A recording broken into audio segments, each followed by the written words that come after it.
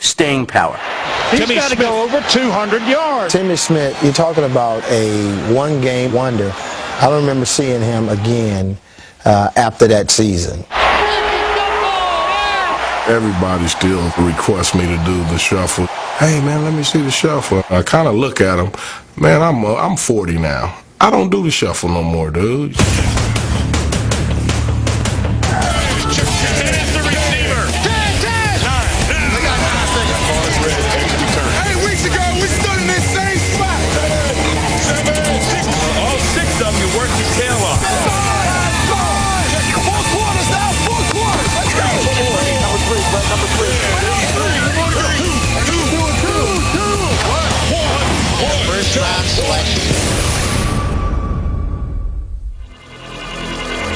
NFL history is filled with stars who shined over a long period of time.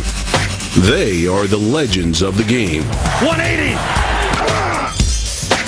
But through the years, other players have had their 15 minutes of fame. Shooting stars who were great for just one season, one game, or even just one play.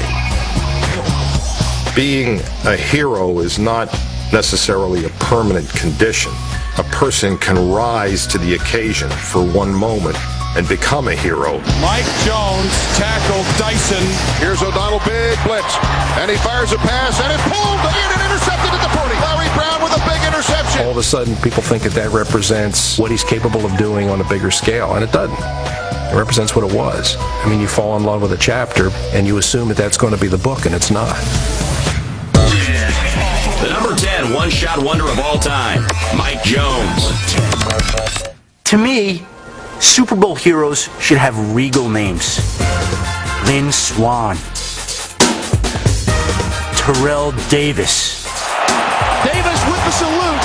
And then there's Mike Jones. You know Mike Jones. I know Mike Jones. One of the most common names in the English language.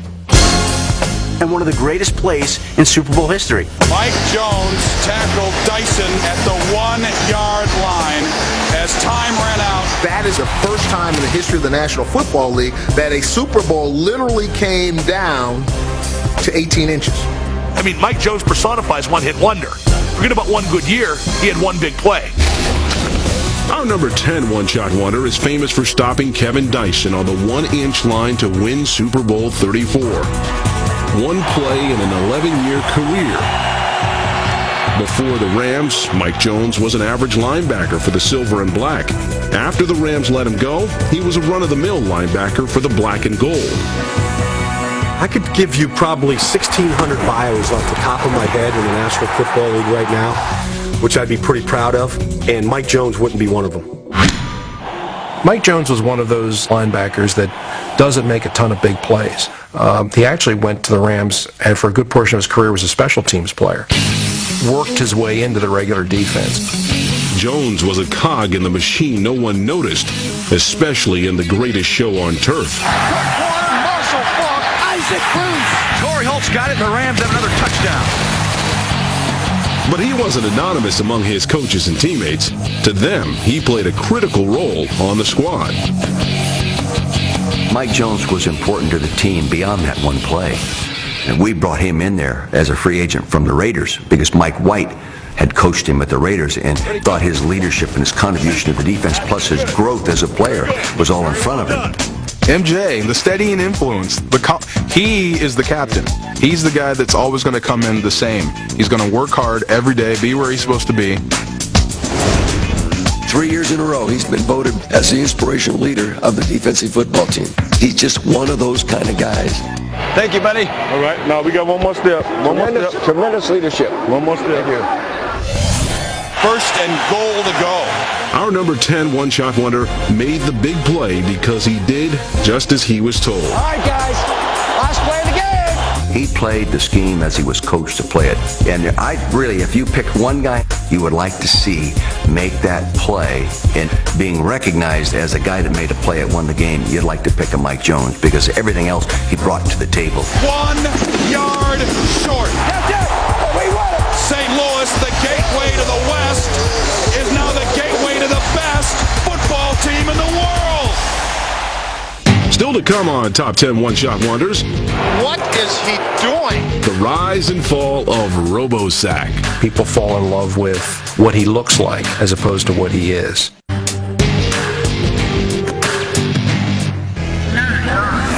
The number 9 one-shot wonder of all time, Jim O'Brien.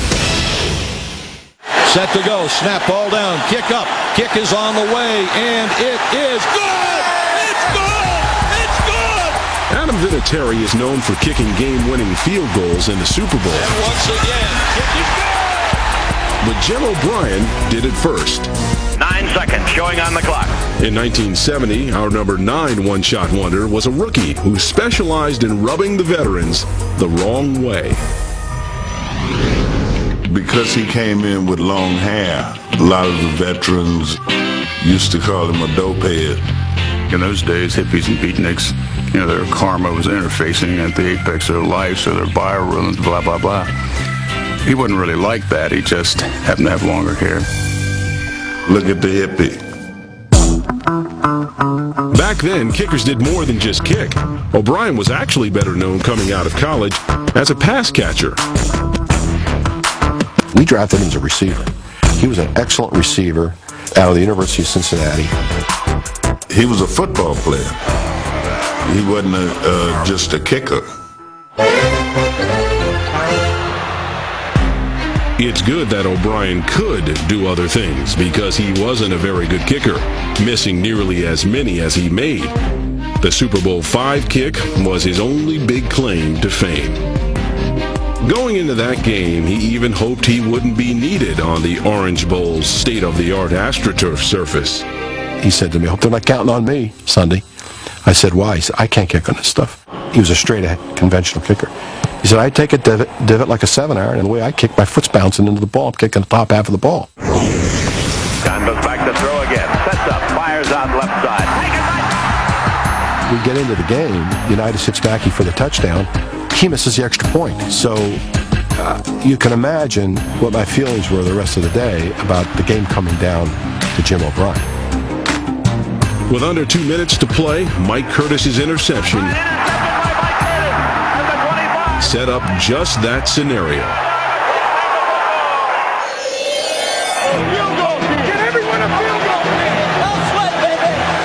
Our number 9 wonder, the Beatnik, had a chance to win it. 9 seconds showing on the clock. The Cowboys and the Colts all tied up at 13-13. Morrill is kneeling. There is the snap. The kick is up and is long enough. It hits! A 32-yard field goal by Jimmy O'Brien. It is good. He nailed that one. It went clear up into the stands. I think you got to give a lot of credit to that kid. He not only saved our Super Bowl rings, but he saved his locks that day, because once we got inside, Billy Ray Smith said, "Boys, we can't do it. We can't cut the kid's hair off." We had planned on doing just that. It was going to be fun. So we had a little ceremony and told Obi he had saved his hair. The number 8 one-shot wonder of all time, Rob Johnson. Well, I think, Rob Johnson was a guy who really got rich on one game. He had a great game for Jacksonville, parlayed it into a $25 million contract. In Week 1 in 1997, Rob Johnson filled in for an injured Mark Brunell. Down Jacksonville. He passed for almost 300 yards, threw for 2 touchdowns, and ran for another. On the run to his left, he's going to have the first down pump action to the 20, the 15, the 10. Rob on his feet, 5. Rob firing for the end zone. Touchdown, Jaguars. After Brunell returned, our number 8 one-shot wonder went back to the bench. But that offseason, the Bills paid him $25 million to be their quarterback of the future. Truly, Rob was supposed to be the guy. He was the franchise player. They made a big investment in money. Wade Phillips identified him as his guy, his quarterback. Wade, the first-year coach in Buffalo, with his quarterback, and felt they would be a duo for many years to come. Fires down the middle and intercepted. And here's the thing. Teams are desperate to come up with franchise-type quarterbacks, and when Rob Johnson flashed the little bit of talent that he had, everybody became enamored with the guy. Rob Johnson is the classic guy who people fall in love with what he looks like as opposed to what he is. If you could draw them up on a board, this is what a quarterback would look like.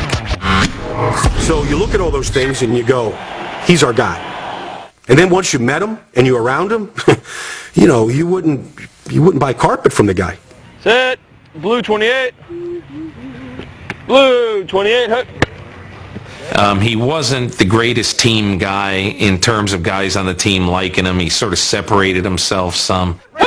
I mean, these are men, and they're getting paid, and, you know, you're out here doing a job, and my feeling is you got to take care of yourself first before you can worry about anything else. Rob seemed very uncomfortable with the idea of being the number one guy. And watching him in practice, you could see there was something lacking. He just didn't feel the game. He certainly didn't feel what was happening around him in the pocket, knowing how to adjust. Pressure, sack! Knowing when to give up on a play. He would hold the ball, hold the ball, hold the ball. As a result, he took way too many sacks. Hung on way too long that time. You know, and then every time he got hit, I mean, something could break or shatter every time he did get hit. The man who became known as RoboSack missed a lot of time due to injury, and this gave his backup an opportunity. And in comes Doug Flutie. He is the guy. He is the leader. Flutie, let it go for the touchdown. He's what the Bills need, and Rob Johnson isn't. He is a miracle man, I believe. Flutie became a local hero, and this caused a quarterback controversy when Phillips decided to start a now healthy Johnson in the 1999 Music City Miracle game. Pitches it back to Wycheck. He throws it across the field to Dyson. He's got something. Even though he played well, it was another notch against our number 8 one-shot wonder because the Bills lost, and the what-ifs lingered.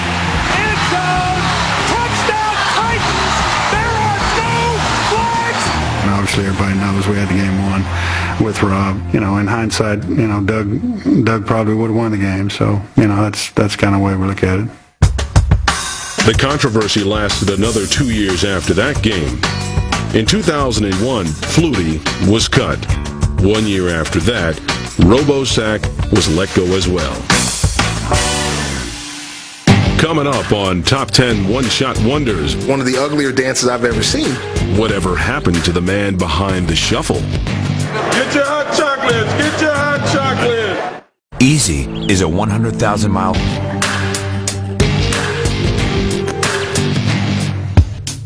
Through the years, a lot of running backs have conjured great seasons, then disappeared due to injury. Rashaan Salaam leaps the right side of the line. Rashaan Salaam blew into the Windy City with over 1,000 yards in 95. David Sims led the league in touchdowns in 78. And Don Woods had 7 straight 100-yard games in 74. Gallup eluding everybody in the secondary. But in each case, their bodies broke down and curbed promising careers. This tale played out again when another Woods shuffled into Cincinnati in 1988. The number 7 one-shot wonder of all time, Ickey Woods. Hello, welcome to the precinct. What would you like this evening? What do you recommend? Well, we have a popular steak assassin and a very delicious chicken icky. Chicken icky? Oh, but it's really good. Few running backs have made a name for themselves as quickly as Albert Ickey Woods. As a rookie, he burst onto the NFL scene, leading the league with a 5.3 yards per carry average. When the Bengals came out of training camp that year, Bruce Coslett said, Woods is a very good player. He fits with what we want to do, and that was that stretch-style offense. And he said, Woods has read that beautifully from the first time we gave him the ball. Woods was a quick study, partly because his college, UNLV, had run a pro-style offense. Most of the things that they were running here was a lot of the things that I've already ran in college, so I kind of knew, exactly what to do. What the team was doing fit him, what he was doing fit the team. It was a perfect match. Get it out of zone. Our number 7 one-shot wonder changed his number halfway through the year from 31 to 30, and he racked up numbers, rushing for almost 1,300 yards and scoring 18 touchdowns. Esiason gives the ball off to Ickey. Left side, touchdown, Ickey Woods. He He also added a new chapter to the history of end zone dances when teammate Ricky Dixon challenged him to come up with something unique. I was like, Rick, check this out, bro. This is what I'm going to do when I score. I'll go 1, 2, 3 this way, 1, 2, 3 this way, 1, 2, 3 back this way, and I'm going to hop back 3 times and spike the ball. He's like, oh, Ick, man, that's going to be live. He's like, yeah, dog, yeah. You know what? When you mentioned Ickey Woods, I had to think who he was for a second. See, the Bengals guy who danced? Yeah, he is. You know, I don't think people really remember much beyond the dance right now. I'm still having horror memories about that dance. It's one of the uglier dances I've ever seen. If you're going to choreograph something, at least have it be good. I don't think Ickey will ever be on Dancing with the Stars, put it that way. Regardless of what you thought of the dance, it caught on faster than the Macarena. The steps were in the paper, and even 80-year-old owner Paul Brown joined in the fun. I said, Ickey, I note your dance. Personally, I don't think much of it, but my wife likes it. And with that, I leaned over in my right foot and over in my left foot, moved a little bit. Lo and behold, they thought that was really funny. You know, he parlayed that into a few bucks for himself. My son Ickey got the Cutlass Supreme SL because it has front-wheel drive, FE3 suspension, and because tests proved that the new T-Bird LX just couldn't run the slalom as fast. That kid, he's got all the moves. I learned it from you, Mom. The Bengals had won the Super Bowl. It was McDonald's and Ford, as I recall, were going to be big endorsement deals for him, and the shuffle was going to be incorporated a little bit. Bengals didn't win that Super Bowl 23, and those kind of evaporated on them. In week 2 of the 1989 season, his future began to evaporate as well. A torn ACL was the first in a string of injuries that shuffled him off the NFL stage. Oh, my, you hate to see that. It happens, you know, with running backs like that, you just never really know how long the wheels will stay on. I mean, guys like that, they are literally one-hit wonders. Get your hot chocolates. Get your hot chocolates. We got liquor in it. Makes the game go by more funner. Come on. These days, our number 7 one-shot wonder still wears a Bengals jersey, selling hot chocolate and autographs to raise money for his charity. That'll be $5, man. It's not signing for free, brother. I got to raise money for my foundation. Everybody still requests me to do the shuffle. Hey, man, let me see the shuffle. And I kind of look at them. Man, I'm 40 now. I don't do the shuffle no more, dude. You know what I'm saying? I said, I'm barely walking, man. I said, I tell you what, I'll do a shuffle for you. And I give them one of these, and they mad at me because why? What's that, man? I said, that's the best shuffle I can give you, man. The number 6 one-shot wonder of all time, Percy Howard. Percy Howard. The immortal Percy Howard. I have no idea who that even is. Percy Howard. Percy Howard. He's my mailman, right? Who is Percy Howard? Percy Howard is a truly remarkable story. Never caught a pass in a regular season NFL game, and yet he got into the Super Bowl against the Steelers in 1975 and caught a touchdown pass, and that was the only pass he caught in his NFL career. Well, Percy Howard was a basketball player. The Cowboys had good success drafting guys who were college basketball players. So they brought him in, and they had 2 really good receivers playing ahead of him. They had Drew Pearson and they had Golden Richards. So they didn't have to play this kid. They had the luxury of being able to develop him, but they thought there was a lot there to develop. Going into Super Bowl 10, our number 6 one-shot wonder was a long shot to get into the game, let alone catch a pass. He hadn't had a reception all season. Percy Howard's big break only came because Golden Richards was knocked out of the game by Hall of Fame cornerback Mel Blount. Mel Blount really beat on Golden Richards, something unmerciful that day. They're just trying to get each other's attention, I guess. And wound up knocking him out of the game with cracked ribs. So Percy Howard had to play now. Once in the game, Howard, of 0 career catches and seemingly 0 common sense, started trash-talking with Blount. He and I got into a verbal confrontation out on the field. I felt that I could get open because I had a certain burst of speed. So he said, well, why don't you go tell Roger that you can get open on me? Whatever it was he said, Blunt was like laughing, and Howard wasn't. Sure enough, I went back and I told Roger that I could get open. The next play, Staubach does throw the ball to Percy Howard. He catches it for a touchdown. Staubach looking deep. Touchdown, Gallup, Percy Howard. And there was no more shocked person in the Orange Bowl than Mel Blount. I came off pretty much slow, and then I burst into some speed. And when I did, I got on him, and while he was spinning, I was going by him. And when the ball hit me in the end zone, I called the pass, and Mel came up, his eyes were as big as a clock. In the closing seconds of the game, our number 6 wonder nearly caught a second touchdown, which would have won the game when Staubach launched a Hail Mary. If I had jumped maybe just a split second later, I would have gotten that pass. If I had pulled that one in, and Roger, every time I see Roger, he talk about it, and they called me Bird at the time, said, Bird, if you had gotten that one, you would have gone down in infamy, something to that effect. And I always say, yeah, but, that's hindsight, and maybe it just wasn't meant to be at that time. Still to come on Top 10 One-Shot Wonders. These are men. He was still a boy. A draft bus who got a second chance to shine. All right, touchdown, Tommy. Go to work. Recapping our Top 10 One-Shot Wonders. Number 10, one tackle makes Mike Jones a household name. Forget about one good year. He had one big play. Number 9, the Super Bowl game-winning kick gets invented by a hippie.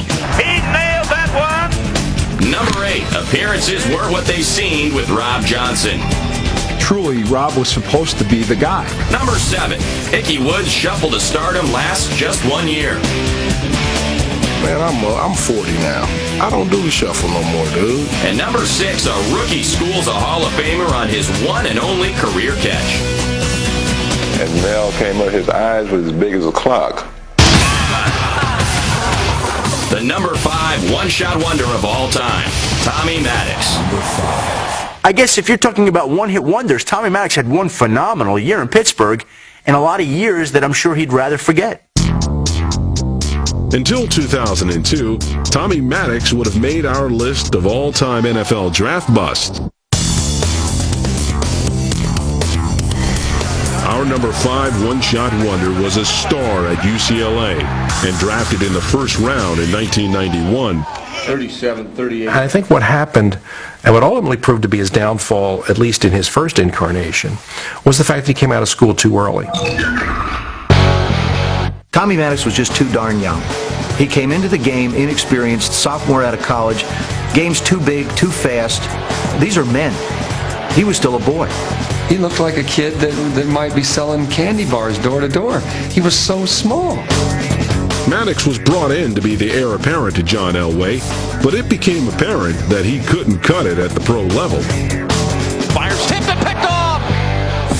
From the mid-90s on, he bounced around the league as a backup wherever Dan Reeves was coaching at the time. Dan Reeves drafted him in Denver. Dan Reeves brought him to New York. I believe Dan Reeves even brought him to Atlanta. Everywhere that Dan went, Tommy went. And when Dan's coaching career ended, then it was only natural to assume that Tommy's quarterback career had ended as well. And so he went into the insurance business. We went down and did a piece on him for NFL Films. The whole thing was done as his career was over and he was looking back. And you could kind of see in his answers, and you could kind of see in his eyes when he talked about it, this real kind of sense of loss.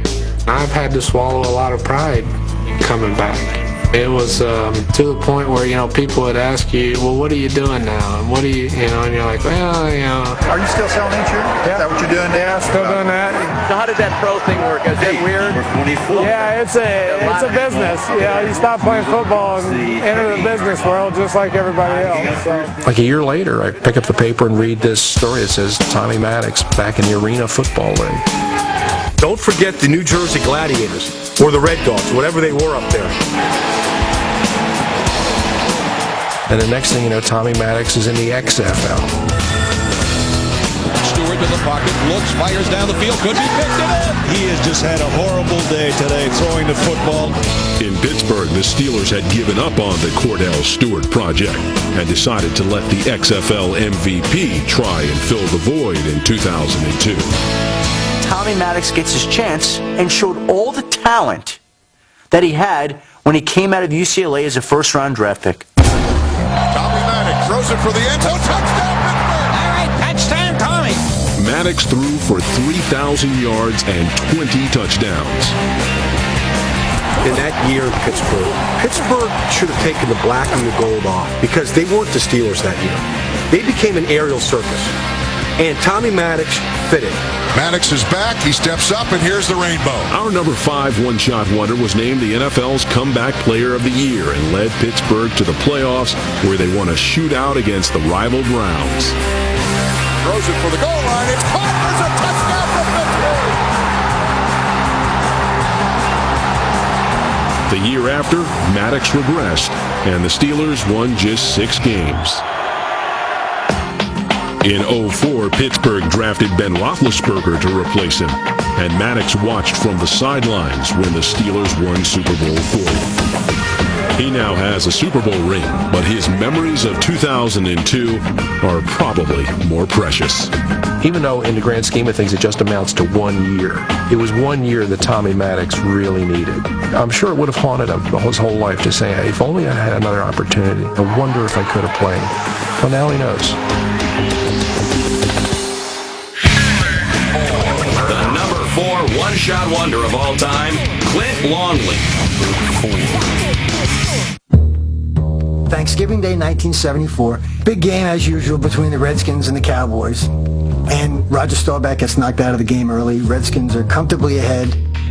The Cowboys' backup quarterback at the time was a rookie named Clint Longley, who really hadn't played at all.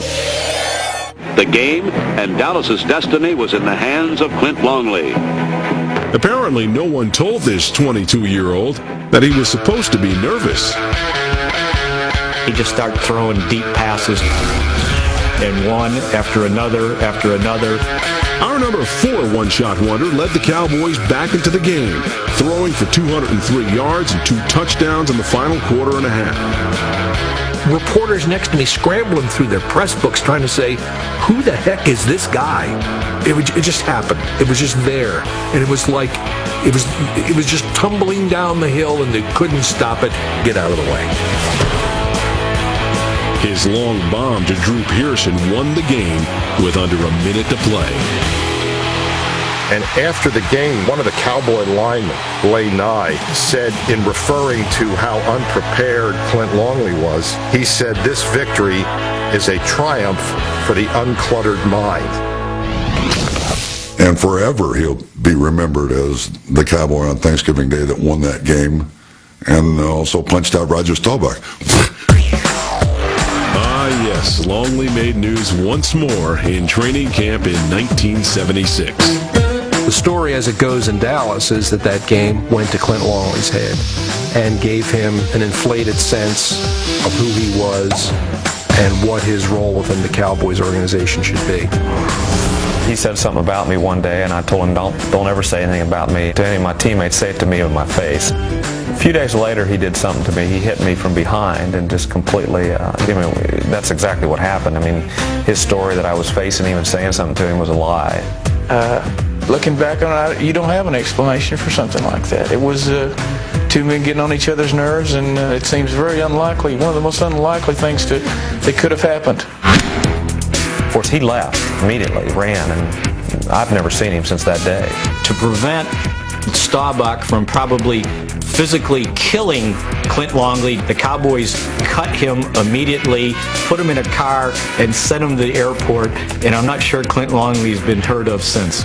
The last thing that we heard, he was selling carpet remnants out of the back of a van in Marfa, Texas. Coming up, the 12th round pick turns into a Super Bowl MVP. You get one more, you can run for mayor. Straight up. I'll vote for you, dog. On the next episode of NFL's Top 100. The Super Bowl has seen a lot of big interceptions. Off often by unknowns like journeyman Jack Squirick, who had just 2 picks in his 5-year career, but one of them was in Super Bowl 18. In Super Bowl 37, no-name safety Dexter Jackson's 2 interceptions won him the MVP and a big contract in free agency. Jackson has 2! But Jackson merely seemed like the second coming of our number 3 one-shot wonder. The number 3 one-shot wonder of all time, Larry Brown. Here's O'Donnell, big blitz, and he fires a pass, and it pulled in and intercepted at the 40. Larry Brown with a big interception. Way back in the early 90s, when the NFL draft had 12 rounds, the Cowboys took a flyer in the 12th on a cornerback named Larry Brown. Anybody that tells you that in the 12th round, scouting prevail is misleading you. They had to take somebody in the 12th round, right? And it was like, you know what? Let's just take somebody who's close so we don't have to pay for him to come in. This kid at TCU, Larry Brown, at cornerback, let's bring him in. At training camp, he got so discouraged, didn't feel like he was getting a chance because it was a 12th round pick. He walks out of camp. Brown eventually came back, but his life didn't get any easier. Mike Zimmer, our defensive back coach, yelled at Larry Brown more than any player I had ever seen. Our number 3 one-shot wonder persevered, and in Super Bowl 30 had his one big day in the sun.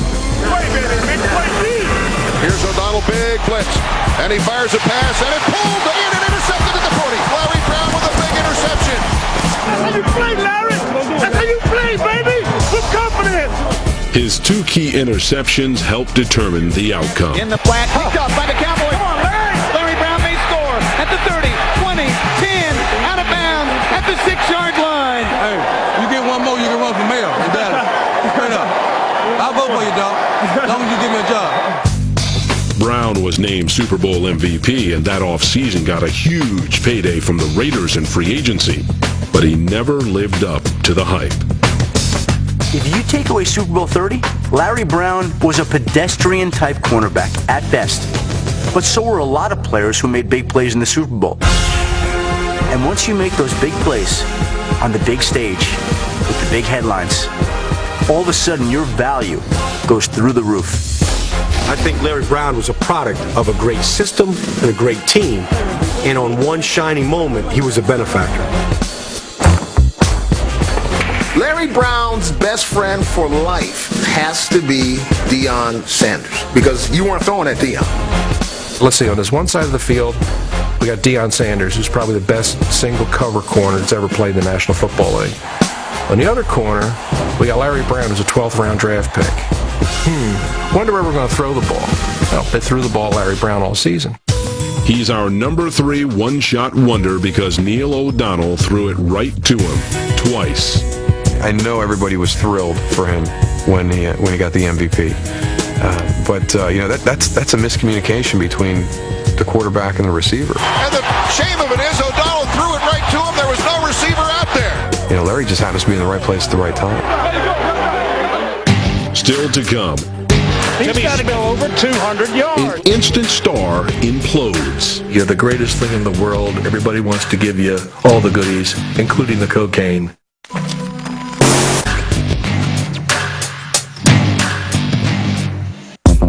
Without a doubt, the running back position has produced the most one-shot wonders. Give to Foster through there very fast. Back in '92, Barry Foster set a single-season rushing record for the Steelers, but sputtered out due to injuries. Handoff to Gary, big hole. Most would claim Olandis Gary's success in '99 was more thanks to the Broncos' blocking scheme than individual talent. Gary in the free and on the move. And there is a similar theory that tries to explain why Timmy Smith became the greatest running back in the world for one day, and one day only. The number 2 one-shot wonder of all time, Timmy Smith. He came out of Texas Tech in 1987, and he spent most of the season backing up George Rogers. Didn't play much at all. He was drafted as a running back. He played on special teams, but that was it. That's all the guy was going to do. He's just one of those guys. He's part of the cannon fodder. Timmy Smith was the ultimate underdog story, a no-name backup who got his chance at stardom in the playoffs when the starter got hurt. Had a good NFC Championship game, and then all of a sudden in the Super Bowl, he's starting. But here's the thing. Joe Gibbs was worried how our number 2 one-shot wonder would handle the pressure of making his first start in the Super Bowl. So throughout the week, the Redskins pretended he would only see spot duty. Because they were afraid he'd get sick and wouldn't be able to play. He'd be out there throwing up instead of playing. So they didn't tell him. So he didn't have time to get nervous. The only player who was told was quarterback Doug Williams, who tried to get Smith mentally ready. I can remember telling him, I said, if you get in this game and you screw up, you fall, I said, I'm kicking your ass. I said, because this is my first time in the Super Bowl. And he just laughed. He said, I hear you, old man. And he'll start laughing. I said, I'm not bullshitting with you. I kick your ass. And then he realized that I was serious. And he said, if I get a chance to play, I'll show you. Smith showed the whole world he could play. He'll hand off to Smith, the deep back. Good hole. Midfield. Horse race to the 40. Far side 35, 30, 25, 20, 15, 10, 5. Touchdown, Washington Redskins. He just kept going and going and going. And it got to the point where it was almost funny. Because it was just like, oh, there he goes again. Another 14 yards. You're watching this is history in the making. Our number 2 one-shot wonder finished with 2 touchdowns and 204 rushing yards. He's got to go over 200 yards. Will be the single-game rushing leader in Super Bowl history. That's got to do it. And Doug Williams won the MVP award, but Timmy Smith was a national sensation. A couple of days later, he's spinning a football on David Letterman's show. Well, congratulations, Timmy, on setting a new Super Bowl record. Got a great future in front of you. Thank you very much. It was shortly after that his agent demanded to be the highest paid running back in the league. And I said, wait a minute, this guy's played in 2 games. And it was all downhill from there. Some guys can handle fame and celebrity that comes at them quickly, and some guys can't, and he just seemed to fall in that second category. It was just too much for him. You're the greatest thing in the world. Everybody wants to party with you. Everybody wants to give you all the goodies, including the cocaine. And the last we saw of Timmy Smith was he was cocaine dependent. He was dismal as the full-time starter in 1988 and was cut a year and a day after his record-breaking performance. While trying to make a comeback in 91, Smith denied any drug use. Good. There was rumors that I was supposed to have been on drugs, but I never been on drugs, and, I just want to clear that up. There's also been other explanations for why Smith was a one-shot wonder. Tim Smith is a simple one for me. It's called the Hawks. That's the offensive line that blocked for the Washington Redskins. He had an incredible game, but if you look at the footage, probably you and I could have ran through those holes. Those holes were huge. They weren't big. They were huge. You could have driven trucks through them. He ran into a lot of legal problems. He actually was involved with a drug sale that went bad. He might be in prison right now. In fact, Smith is behind bars. Though he outran the Broncos in the Super Bowl, Denver police caught up with him recently. And he's serving a 2.5-year sentence in Colorado for selling cocaine. He had the great Super Bowl. Bingo. The air came out of the balloon. He was going, gone. Coming up on Top 10. He was a truly outstanding, a brilliant athlete. The man who could have been the greatest quarterback Bill Walsh ever coached. Recapping our top 10 one-shot wonders, number 10, an NFL journeyman finds Super Bowl glory. Mike Jones tackled Dyson. Number 9, a long-haired rookie kicks the Colts to victory. Look at the hippie. Number 8, the Bills throw $25 million down the Johnson. He just didn't feel the game. Number 7, Hickey's shuffling days are short-lived in Cincy. Number 6, a Cowboys Lone Star catch comes in the Super Bowl. Look at me. Touchdown, Gallup. Number 5, a draft bust makes good the second time around. They became an aerial circus. And Tommy Maddox fit it. Number 4, a Thanksgiving hero turns out to be a real turkey. He did something to me. He hit me from behind. Number 3, Larry Brown gets lucky in the Super Bowl. That's how you play, Larry! That's how you play, baby! And number 2, Timmy Smith's day of glory leads him to the lockup. But I've never been on drugs, and, I just want to clear that up. The number 1 one-shot wonder of all time, Greg Cook. Greg Cook could very well have been remembered or noted as the greatest quarterback of all time. Bill Walsh is famous for molding legendary quarterbacks like Joe Montana and Steve Young. When Walsh was offensive coordinator of the Bengals in 1969, he mentored a passer with the potential to be better than all of them, Greg Cook. He was a truly outstanding, a brilliant athlete. Had a very quick delivery. He could move, he could avoid, very similar to Terry Bradshaw.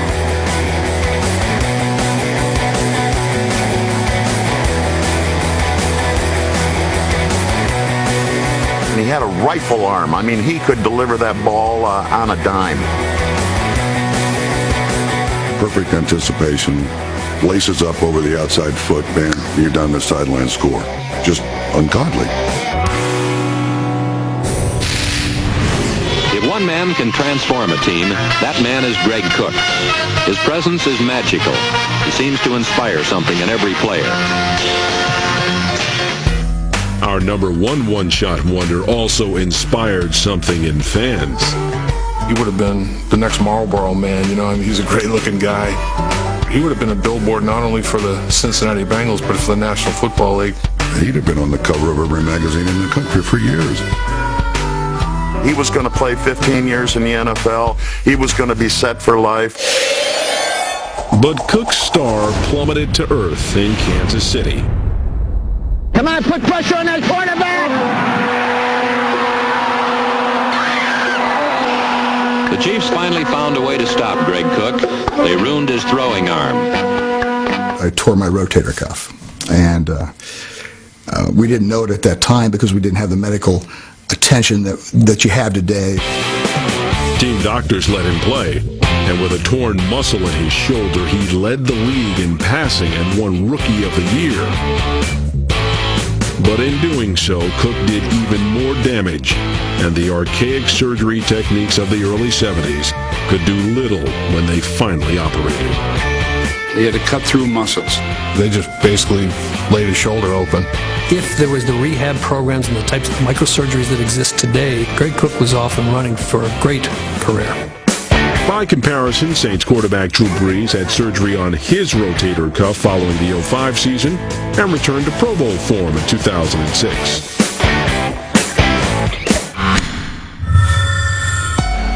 Cook tried for several seasons to make a comeback, but was never the same player. Since retiring, he's tried to downplay the tragedy that lies in his injury. But those he's remained close to, like Trumpy, know the real story. Regardless of what Greg has told you, it's affected him psychologically for a long time, as well it should. He got cheated, and it's a scar he carries with him to this day. I mean, just think about it. Whatever your profession, an accomplished heart surgeon out of medical school, and you're saving lives for a year, and you have a bad accident and take your hands away from you, you can never do it again.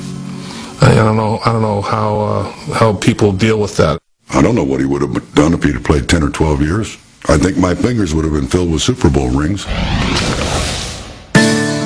Now a painter, Cook himself sees little use in constantly asking what if, even though his football career could have been his true masterpiece. I never looked at me as being a victim, and I try to, if I can, avoid that trap, what could have been. It's not a healthy way of thinking. I had some success, and I thank God for that. Greg Cook tries to look on the bright side, and perhaps that's all that one-shot wonders can do. The curtain may have fallen on their NFL careers, but at least they had a chance to shine on one of the grandest stages, if only for one act.